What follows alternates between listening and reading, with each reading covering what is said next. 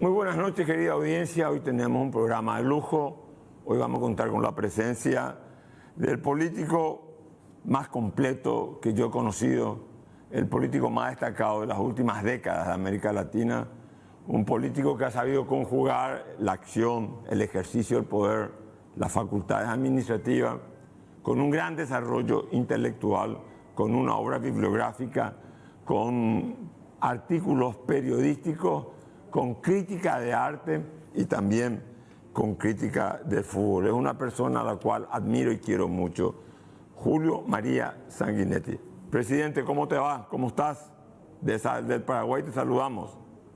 Muy bien, encantado de compartir estos minutos con ustedes y con la audiencia paraguaya, tan querida siempre. Y bueno, la abrumadora presentación corre por tu cuenta. No. Acá estamos para conversar sobre nuestros temas en este tiempo tan particular que nos ha tocado vivir, especialmente en estos últimos 2 años que se nos ha cambiado todo, ¿no? Veníamos en un espacio de globalización universal, veníamos, en fin, con fenómenos de una expansión comercial, si se quiere, inusual en la historia, y de pronto nos aparecen 2 saltos atrás en la historia, increíbles, impensables. Una pandemia, en primer lugar, y una guerra europea en segundo lugar. Entonces, realmente se nos cambió el mundo, digamos así, en muy poco tiempo y con repercusiones enormes, ¿no? Presidente, siempre te escucho, te leo mucho como vos sabés, te escucho decir que tenemos que ser nosotros, los uruguayos en todo caso, pero también de alguna manera lo asimilo al Paraguay, tenemos que ser estrábicos en el sentido de ver a Brasil y la Argentina y nosotros insertos dentro del Mercosur como países de menor economía. ¿Cómo está el Brasil? ¿Cómo está la Argentina? ¿Qué perspectiva le estás viendo al Mercosur ahora? Mira, efectivamente, yo siempre digo que somos estrábicos porque estamos con los ojos divididos, ¿no? Y así es, por nuestra dimensión, digamos, geográfica, ¿no? Mira, la Argentina está en una turbulencia de las tantas que ha tenido y tiene, y con una inflación de un 100% y una perspectiva electoral cercana. En medio de una elección muy apasionada, muy confrontada, tanto a la interna del oficialismo, que es muy fuerte, como también a la interna de la oposición, aunque ahora se ha despejado muchísimo la situación una vez que el expresidente Macri anunció que no va a ser candidato. Yo diría que está claro que el justicialismo está pronto para perder. Lo que todavía no está claro es si la oposición está ya preparada para ganar. Se empieza a despejar el tema con la salida de Macri y ahora habrá que ver cómo se logran los entendimientos para hacer una competencia interna, la famosa PASO, que sea lo suficientemente constructiva como para que el perdedor no sienta que es un perdedor y se retraiga luego en la acción. Que este es el gran tema de las elecciones internas, porque va a haber uno que gane y otro que no gane. Y entonces el tema es cómo se recompone inmediatamente la unidad para poder ganar, en este caso, nada menos que el gobierno. Allí están los candidatos conocidos, fundamentalmente estamos hablando de Patricia Bullrich y de Horacio Rodríguez Larreta, sin perjuicio de los candidatos radicales, naturalmente. Pero también hay un factor muy importante, antisistémico, diría yo, que es la aparición de Milei, con un movimiento antisistémico, contrario a todo, contrario a algo así como una nueva versión de aquella expresión de que se vayan todos. Miré estos días un nuevo video que sacó Milei, muy bien hecho técnicamente, pero en el fondo es eso, que se vayan todos porque con los de siempre no se puede arreglar nada y acá está la nueva aparición y la nueva magia, el nuevo Mesías. Bueno, es un tema sin duda complejo, porque está puntuando muy bien en las encuestas y todo da la impresión de que tiene una presencia realmente relevante. Es un antisistémico, digamos, desde el lado liberal conservador, ¿no? O sea, un muy fuerte cuestionamiento al Estado, y este es un factor que allí está. Vamos a ver cómo opera, pero es un elemento que se introduce también generando una muy fuerte incógnita, ¿no? Presidente, ¿y qué nos espera con Lula en el Brasil después de Bolsonaro? ¿Qué nos espera con Lula para Uruguay, para el Paraguay? ¿Una política más abierta hacia la región o un Brasil más ensimismado, como lo practicó Bolsonaro? Bueno, Bolsonaro no estaba ensimismado, lo que estaba era totalmente errático, porque en el mundo tenía amigos, según decía él. Uno era Trump y el otro era Putin. O sea que lo que no estaba eran los términos de una política exterior tradicional de Brasil. Ahora, ¿qué nos espera con Lula? Bueno, hay dos dimensiones. Una la económica y otra la política. En la económica no veníamos mal con Bolsonaro, porque el ministro Guedes había sido un ministro serio y en términos generales había sido un factor de estabilidad para la región.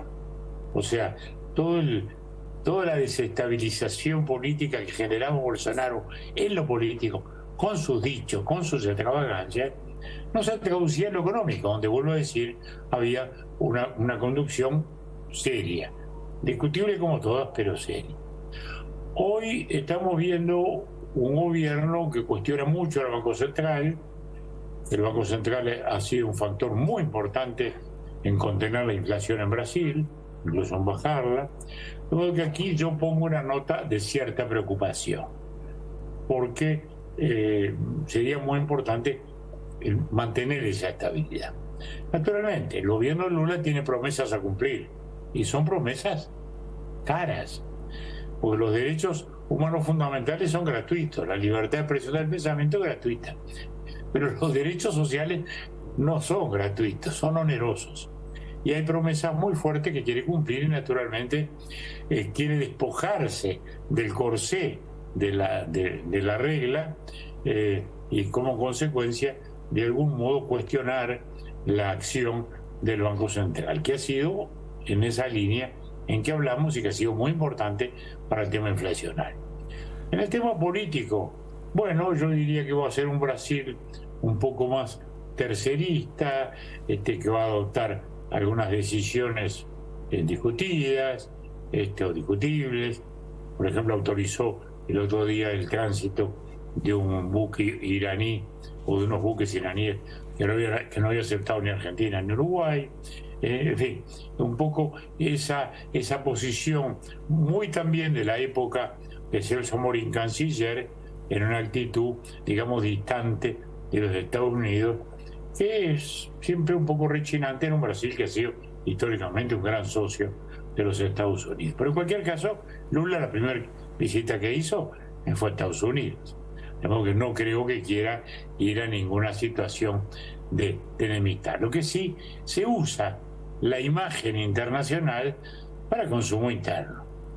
Normalmente los gobiernos de izquierda y los más populistas sin duda usan la variante de la política exterior para de algún modo tranquilizar a sus bases más radicales, a las cuales a veces le tienen que vender a cosas que lucen a ortodoxia, como es el equilibrio fiscal. El equilibrio fiscal no es ni de derecha ni izquierda, ni es ortodoxo ni anti-ortodoxo, pero luego a veces necesita de la comprensión. De modo que, bueno, yo diría que no esperamos grandes cambios, sí una visión más mercosuriana, eso es verdad, donde ahí además tenemos algunas diferencias, como es notorio, las que ha tenido Uruguay que procura tener un Mercosur más abierto al mundo y no encerrado. Presidente, estamos en la región viviendo un momento, digamos, peculiar en el sentido de que los dos países más grandes de América, México y Brasil, están en manos de gobiernos de centro izquierda. En México con algunos rasgos o un discurso más populista, más excitado. Tenemos en Colombia la misma historia, tenemos en Chile, en Bolivia, en Perú, que es muy inestable, pero digamos con una situación de ingobernabilidad que lleva más de 60 muertos. La pregunta es la siguiente: ¿el populismo como respuesta política es el resultado de la explotación de los prejuicios de la gente? ¿Es el resultado de la insatisfacción? ¿O es que este nuevo mundo de redes, este nuevo mundo en donde las redes compiten con la prensa versus el poder político, genera un escenario proclive a que puedan surgir liderazgos con estas características? Bueno, dos o tres razonamientos muy importantes. Primero, esto no ha sido una oleada de izquierda, como se decía, como lo anterior tampoco había sido una oleada de centro derecha. Lo que hubo es una oleada antigobiernos que le dio a los partidos de oposición una posición más favorable. Probablemente en la Argentina este año habrá un cambio. Iba a ser hacia el centro y no hacia la izquierda. De modo que eso tampoco, como decimos, es algo automático. Vuelvo a decir, puede haber cambios en esa dirección. Los populismos son mecanismos para la conservación del poder, que en este caso han sido el resultado de debilidades de la democracia. Empezando por Venezuela. No fue Chávez el que liquidó los partidos tradicionales de Venezuela. Fue al revés. Los partidos tradicionales de Venezuela, los adecos y los copellanos, Acción Democrática y Democracia Cristiana, se habían debilitado mucho por temas de corrupción, etcétera, etcétera. Y ahí, en ese espacio, es que aparece Chávez como una respuesta a ese debilitamiento de los partidos. Lo mismo ha pasado en otros países. Y es preocupante en la medida en que han quedado encerrados entre extremos. Porque pensemos Chile. Chile era un poco el ejemplo en los últimos años. Después de Pinochet habían logrado mantener el ritmo de la economía que venía democratizando el país. Y había habido, bueno, dos gobiernos demócratas cristianos, don Patricio Elwin y Frei. Había habido tres gobiernos socialdemócratas, la doctora Bachelet y nada menos que Ricardo Lagos, y dos gobiernos liberales conservadores de Piñera. Pero Chile mantenía el crecimiento, y luego, en 2019, viene una especie de revuelta popular. Y a partir de allí, Chile empieza un proceso de desestabilización que culmina con una elección extravagante. Primero de una asamblea constituyente, constituida por ONGs y grupos políticos de ocasión y no por los partidos, que termina en un proyecto que luego la gente también repudia. Es decir, la misma gente que votó que había que votar una constitución, luego dijo, no me gusta esta que hicieron. Fíjense. Y luego entonces termina la elección nacional, paralelamente a todo esto, en dos extremos. Un candidato muy de derecha y un candidato muy de izquierda, de origen de la dirigencia estudiantil, como era Boric. Entonces, en esos dos extremos se produce la definición. Y se define más por rechazo que por adhesiones, que ese es un tema que se está dando mucho. Es decir, las elecciones más por la positiva se resuelven por la negativa. Y bueno, y ahí llega Boric, cargado de buenas intenciones, cargado de generosas intenciones, pero que ahora empieza a chocar con la realidad. Ya sus planteos muy de la ensoñación propia de un dirigente estudiantil empieza a chocar con la realidad. Primero choca con la realidad porque se jugó apoyando a ese proyecto de reforma constitucional y lo perdió. Propuso ahora una ley de reforma tributaria y fracasó en el Parlamento también. Es decir, está en un acomodamiento de la realidad muy muy complejo. Yo diría que no vemos un riesgo de institucionalidad democrática, pero sí vemos una muy baja capacidad de gobernabilidad. Lo mismo podemos hablar de algún modo en Colombia, donde Petro logró un espectro parlamentario un poco mayor, pero donde también se advierten estas mismas situaciones. Ni hablemos de Perú, donde hay una enorme situación de inestabilidad producto de un presidente totalmente despreparado, como se dice a veces en Brasil, despreparado para el ejercicio y la conducción del Estado, y que ha llevado a esta situación. Y se va a ir a una elección nueva. Me siento, desgraciadamente, un poco escéptico, porque no veo cómo esa elección va a dar algo gobernable.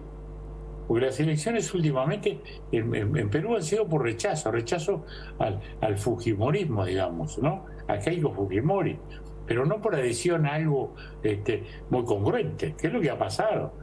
Entonces vamos a tener de nuevo una constelación de minorías que desgraciadamente uno no advierte cómo le va a dar estabilidad al país. De modo que estamos con democracias complejas en América Latina, y eso, tanto para Paraguay como Uruguay, que somos países hoy estables, nos está mostrando las cosas que tenemos que conservar, las cosas que tenemos que cuidar para no entrar en estos procesos de desgaste partidario y de desgaste parlamentario, que terminan luego en manos de aquel que pueda tener un poquitito menos de rechazos populares, porque rechaza más aún al sistema. Entonces, ¿cuánto hay para cuidar? Más allá de las diferencias que podemos tener con el gobierno paraguayo, con el gobierno uruguayo, son gobiernos discutibles naturalmente como todos. En mi caso yo defiendo al de Uruguay, formamos parte de él, pero en cualquier caso decimos que aún discutibles representan expresiones de estabilidad a cuidar, y que la ciudadanía tiene que tener muy en cuenta, porque acá voy a esto. En América Latina la ciudadanía parece que no tiene nada que ver, ¿no? Porque uno llega al Perú, para seguir con el ejemplo, y me dice, no, Fujimori, pero lo votaron. Ah, bueno, sí, en su momento, sí, pero además lo reeligieron. Ah, bueno, sí, lo reeligieron. Bueno, y su hija sigue teniendo una expresión importante. Bueno, entonces, la democracia depende del ciudadano, de la racionalidad del ciudadano. Entonces, si se vota al demagogo de turno, bueno, después vienen los desencantos, que son el resultado de un encantamiento anterior. Yo oigo hablar mucho de desencanto y le digo, bueno, señor, usted está desencantado. ¿Y de qué estaba encantado? ¿No será que estaba muy equivocado en ese encantamiento? Entonces, esto es al final el corazón mismo del tema democrático, la expresión ciudadana. Ahora, presidente, dijiste algo muy importante. En Venezuela fueron los propios partidos los que decretaron su muerte por la corrupción. La corrupción rampante es un elemento que le resta legitimidad al sistema político. Nosotros en Paraguay estamos en una situación muy peculiar. Daría la impresión que no somos capaces, el Poder Judicial no es capaz de purgarse, la política tampoco, de hacer, digamos, una autocrítica y de sanearse. Y entonces estamos, digamos, viviendo un hecho inusual de que el embajador americano, la embajada americana, declara con o sin razón, no entro a juzgar, significativamente corrupto a ciudadanos paraguayos. La pregunta que te quiero hacer, el combate contra la corrupción, ¿estas intervenciones terminan siendo a la larga positivas o terminan consolidando los patrones de la corrupción? ¿Cómo se combate esta corrupción rampante que deslegitima, que provoca el desencanto? ¿Con la intervención directa de los embajadores, declarando este no es elegible, este señor no es elegible para la visa, o es significativamente corrupto, o haciendo un trabajo político endógeno nacional? Bueno, 2 o 3 comentarios. Primero, que los Estados Unidos se arrogue la facultad de juzgar a los políticos de otros países honestamente me parece un acto de intromisión inaceptable como concepto. Porque después de todo, bastante corrupción ha existido también y existe en los Estados Unidos en muchos aspectos, como para ser el juez universal de la moralidad pública. Eso no me gusta y no lo comparto. Segundo lugar, el fenómeno de corrupción se combate primero por el juicio ciudadano, que es quien tiene que sancionar o premiar a quienes tienen buena conducta. El juicio ciudadano es lo fundamental. Naturalmente, en tercer lugar, y esto es fundamental, el Estado tiene que tener organismos de contralor realmente reales, contralorías de cuentas eficaces y suficientemente autónomas, con integraciones plurales, un poder judicial lo más independiente posible, contralores de tipo judicial y legal, tribunales administrativos, y eso ese es el control natural.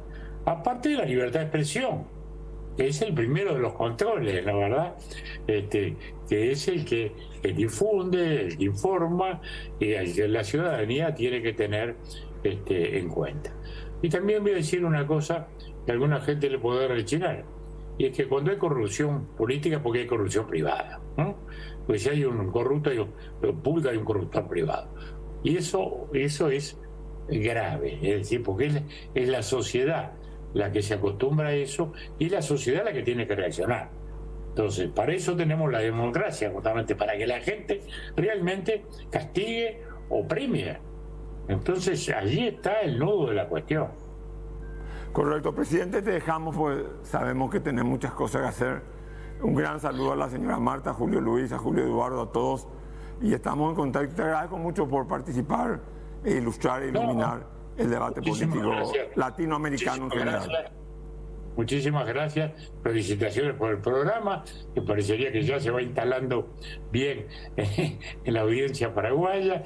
Y como siempre estamos a la orden para comentar nuestras realidades tan importantes, con el afecto de siempre, a tu acción periodística y literaria, que ha pasado a ser realmente muy, muy relevante. Así que un abrazo y gracias por todo. El cariño de siempre y la admiración. Estuvimos con Julio María Sanguinetti. Ahora, después de la pausa, el nuevo ministro de la Corte Suprema de Justicia, el doctor Santander, estará con nosotros.